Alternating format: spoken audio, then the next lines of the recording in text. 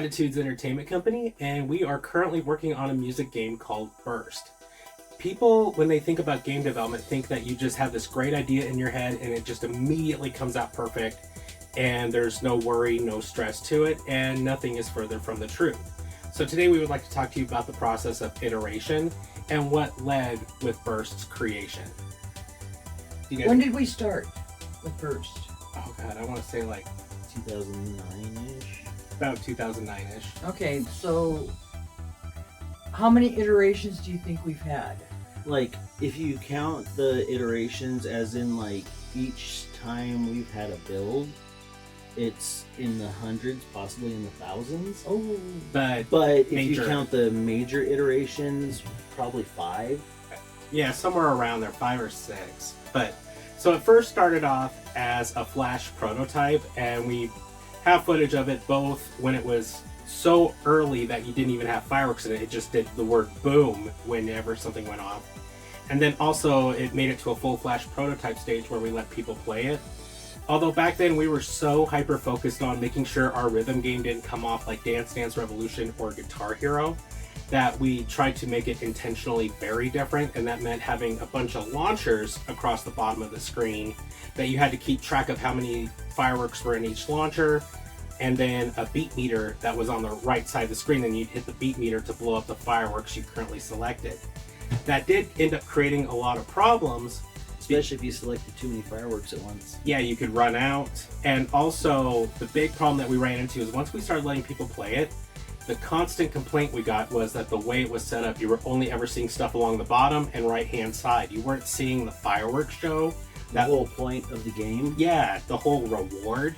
So yeah, if people felt very I mean, the people who watched you play it were enthralled because they got to see the show. They weren't watching the firework launchers, but the person who was actually playing didn't really get to enjoy the fireworks. Yeah. So we took it back to the drawing board.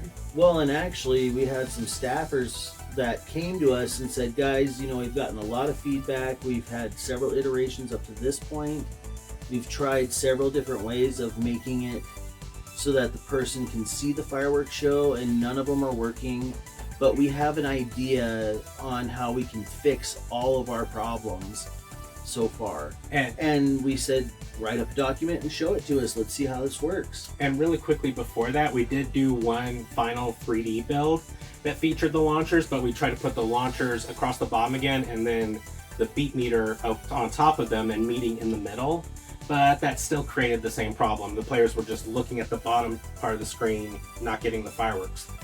So like Trevor said, some of our staffers pitched us an idea and saying, well, you know, why are we so afraid of being like Guitar Hero or Dance Dance? Why not lean into that? And, you know, that way we can keep the players' eyes focused on the center of the screen. And that led to, first of all, a build where, you know, people blew up fireworks in the center of the screen. And then on the side of the screen, they had control over the colors, which is the periodic table elements that go into each firework to cause them to change color. And it's the elements that are in real fireworks that give them their color. Yep. And then we also had a separate button that they could control what explosion type. And that got us pretty close to a final game. But the problem was that people were so worried about both the color and the explosion type that they still got a little too stressed, and were still looking at that bit of user interface too much and not at the show. So we went through one final process to simplify it, where we're like, you know what? The only thing we're going to let the player change is the colors, because the colors is kind of a big deal, and the explosions will be changed by the code behind the scenes. That will happen automatically. And that led to where we were nearly done, and we had it so that the colors were loaded on the sides of the screens, and the players blew up the fireworks in the middle. And the colors would kind of slide in like on a card when you changed it. Yeah. And that was mostly good. People mostly loved it, but we still heard that we could simplify the colors a little bit more.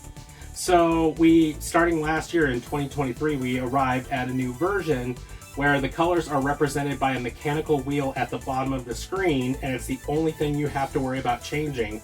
Other than that, your entire focus is in the middle of the screen on the fireworks show, so that every time you're doing well, you're getting the reward that you've earned. So, you know what, the whole thing you forgot? You blow up fireworks to the beat of the music. Yeah. Did you say that? Well, that's the general gameplay. We were talking about the I know, but you know, that's the most important thing, is that, you know, you get to blow up fireworks to the beat of the song. And there's a lot of different songs. We have a lot of different artists in it. And it's kind of fun to watch, you know, the fireworks going off as the beat goes off. As you choreograph it. Yeah, as you choreograph it. And that's why it was so important for us to remember what is important in the project, which was keeping your players' eyes on the show, not on the different pieces of user interface that you've made. And so that's the big thing that we like to teach people, and showing them the builds of first and what we learned on the way, because that helps you realize that just because an idea isn't working exactly the way you expected it to doesn't mean that the idea is a bad idea. It just means that you need to go through that process of iteration and ask yourself what's not working and what do we do with it in order to get it to a point where it is working. Okay, and so that's what also... Go ahead. That's also why getting your game in the hands of people who are not part of the build team is so important, because your build team spends so much time with it and has so much of their heart and soul in it that sometimes it's hard to step back and be objective. And even if you are stepping back and being objective, you might see a problem, but it's only the problems that you're seeing. When you get it in the hands of someone who has no idea how it's built, and they start playing it, you start seeing where they get frustrated. You start seeing where they're having fun. And you start seeing exactly how you can tweak it to lose the frustration and build the fun. Exactly. And what does iteration mean? To do the same thing over and over again, slightly tweaking it and learning from your previous attempts.